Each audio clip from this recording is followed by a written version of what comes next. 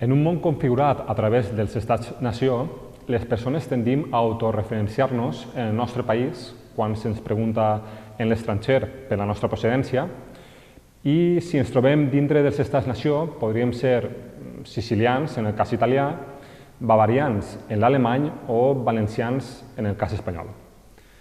Si se'ns pregunta d'on som els valencians, ja en terres valencianes o en les comarques valencianes, tendim a contestar amb el nom del nostre poble o barri.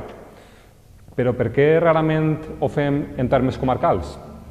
En esta tercera entrega que fem amb l'Aula Codi i la comarca científica sobre l'origen històric i sociològic de les comarques valencianes, analitzem amb l'historiador i cronista oficial de València Ciutat, Vicent Baidal, l'estat actual de la comarcalització valenciana.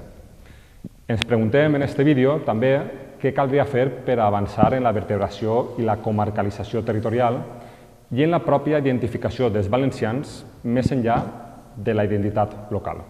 Avant amb l'entrevista.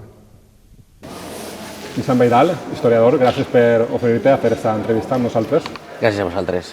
Primer, Vicent, volíem preguntar-te, després d'aquests dos vídeos que hem fet, un primer inicial, on parlàvem dels quarters, els bisbats i les governacions en el Regne de València, i un segon vídeo parlàvem ja de les comarques pròpiament dites durant la Segona República. En aquest tercer volíem parlar del nou mapa comarcal que ha entrat en vigor, diguem, a partir de gener. És pràcticament el mateix de 1987, ha hagut alguns canvis, i volíem preguntar-te primer si creus que ja en 1987 se van aplicar uns criteris geogràfics, històrics i socials adequats per a aquella època i per a l'actual.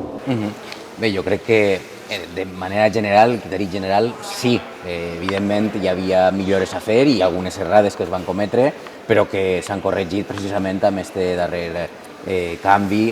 Per exemple, evidentment, el cas de Vilafranca i els ports, que era molt cridaner, o altres en Alclatén, l'Horta Oest, etc. Però sí que després de tota la discussió històrica que s'havia fet sobre les comarques, crec que més o menys era encertat, era un mapa encertat. De fet, quan parlem de comarques ho fem pràcticament de manera nomenclativa o literària, perquè no hi ha una llei de comarcalització que oficialitza els noms de les comarques, dels 33 que tenim així.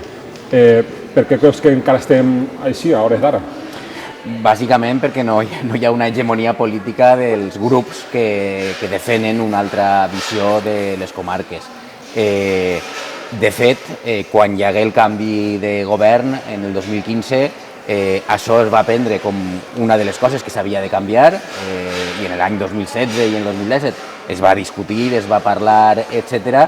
Però després s'ha fet la llei de les mancomunitats i ja està, no ha sigut una prioritat, perquè dins de l'espectre polític les forces polítiques que defenen amb força la comarcalització són minoritàries. De fet, volíem preguntar també sobre la mancomunitat, perquè hi ha alguns casos, com bé sabràs, Canal de Navarrés, que aglutina pobles que no són de la mateixa comarca de la Canal de Navarrés, i això d'alguna manera desvirtua un poc el mapa comarcal, o penses que podria ser inclús tirar-se pedres sobre la mateixa teulada del mapa? No tant, és a dir, jo la llei de mancomunitats com una primera passa cap a una llei de comarcalització la veig bé, i a més perquè la llei de mancomunitats donava dos models, precisament llei de mancomunitats que foren comarcals i altres que pogueren anar fora dels àmbits comarcals. En aquest sentit sí que és cert que hi ha pobles que tenen una sèrie de necessitats comunes i potser són només una part de la comarca o són de diverses comarques. Per tant, no està malament donar aquesta llibertat de mancomunar-se a tots aquells pobles que vulguin. El que passa que crec que s'hauria d'anar més enllà i potenciar també les comarques en un model d'una nova distribució administrativa i política del País Valencià. De fet, ho has comentat un poc abans i has entrat un poc en un terreny un poc més fangós, diríem, que és el de la política o el de l'administració pública. I volia preguntar-te també sobre aquesta qüestió perquè és evident que hi ha diferències entre els diferents partits polítics que formen part ara de les Corts. I també hi ha una certa tradició històrica de la que podríem veure els partits, diguem, fusterians i uns altres. Per tant, com creus que serien la realitat actual si hi haguera uns altres partits al govern o si d'alguna manera hi haguera una hegemonia més gran, com dius, dels partits que defensen la comarcalització? Bé, la qüestió està en que la comarcalització, de fet, no s'ha aprofundit perquè s'ha mantingut l'estatu quo actual, que és el de les 3 províncies dins d'una comunitat autònoma dins de l'estat espanyol. El que no volen majoritàriament els partits polítics és tractar de canviar això. En aquest sentit, quan es van fer les discussions del 2015, 2016, sobretot, per a una possible llei de comarcalització, Compromís defenia una postura de més aprofundiment en les comarques. El Partit Socialista va dir que fins a un cert punt, que no volien anar més enllà, i la resta de partits en general es mostren en contra de canviar qualsevol cosa de l'estatu quo. El que ens hauríem de preguntar és si aquest estatu quo actual, el de 3 províncies dins d'una comunitat dins de l'estat espanyol, es beneficia com a ciutadans, perquè al remat aquest estatu quo el que ens dona és un infrafinançament, una infrainversió, una veu dins d'Espanya que no és que sigui culpa directa de que no hi hagi comarques, però evidentment sí que és culpa directa d'eixa divisió en províncies i d'eixa escassa veu conjunta de tota la ciutadania valenciana. Per tant, diguem que la comarcalització aniria dins d'aquest pack de dir, no, anem a redistribuir el territori valencià, potenciant sobretot les comarques i potenciant la idea de que tots som uns, que som valencians, del Sénia al Segura. En aquest sentit seria canviar moltes coses i per això segurament és la raó per la qual els partits polítics no volen endinsar-se en este tema. De fet, una de les qüestions que ja estàs entroncant i entrant de fons és el tema de la identitat valenciana i així és clau també les comarques castellanoparlants o fins i tot parlar de les comarques del sud. Què passa per a que aquesta identitat provincialista moltes voltes predomina sobre la comarcal, no? Sentir-se alacantí és molt més que sentir-se del Baix Segura, de l'Alacantí o inclús de comarques com la Marina Baixa o les de Vinalopó. Sí, en aquest sentit, a veure, jo crec que les comarques castellanoparlants, almenys les de l'interior, la Serrania, el Millars, Utiel-Requena, que és una incorporació ja del segle XIX al territori valencià, no hi ha tant de problema en el sentit de problema de si potenciar la comarca o no. És a dir, se senten del seu lloc, de la seva comarca, i la província tampoc hi ha una identitat provincial forta. En aquest sentit, la qüestió identitària que sí que està més desvertebrada és la de la línia de Biar-Bussot. És a dir, no és el mateix sentir-se alacantí a Alacant que dir que eres alacantí a Cocentaina o a Benissa, és molt diferent. Evidentment, el sentiment de valencianitat a Cocentaina o a Benissa continua. En canvi, per qüestions que es remunten ja a l'edat mitjana, la identitat Alacant, Elx, Oriola, és molt més feble, bàsicament perquè ja en època històrica, des del segle XIII, o el segle XIV en aquest cas, perquè es van incorporar al Regne Valencià al segle XIV, tenien una estructura administrativa i institucional pròpia i ja des en el mateix Regne Valencià, en el segle XVII, abans que vinguera Almansa, hi ha un sentiment d'alacantinitat prou potent, perquè era l'única ciutat que en aquest moment ja li feia li feia enfrontament a la ciutat de València.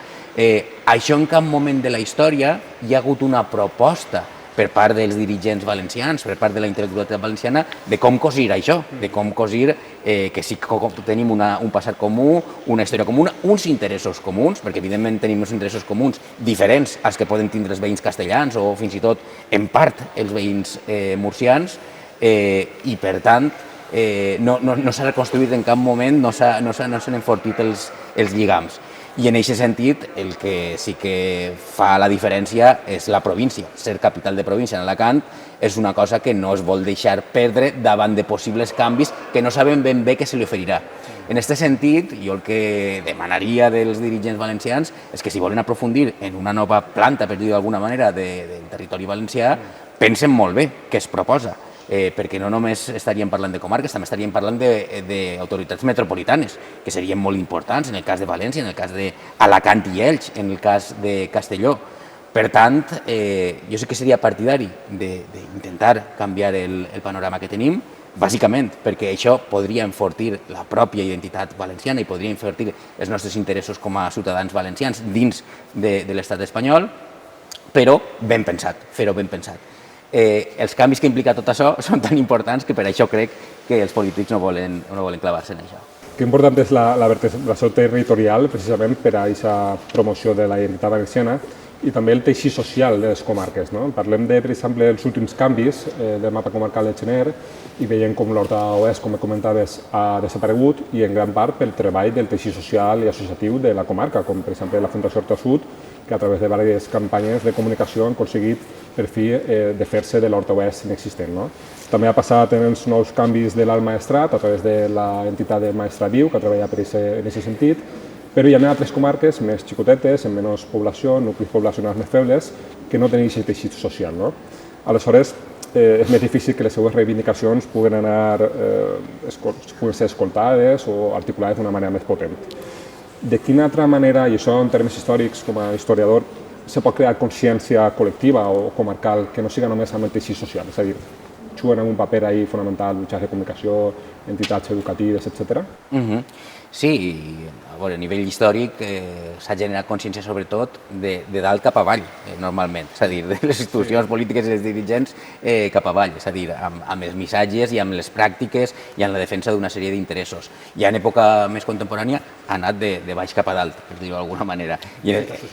Correcte. Llavors, en aquest sentit, diguem que tindríem aquestes dues línies.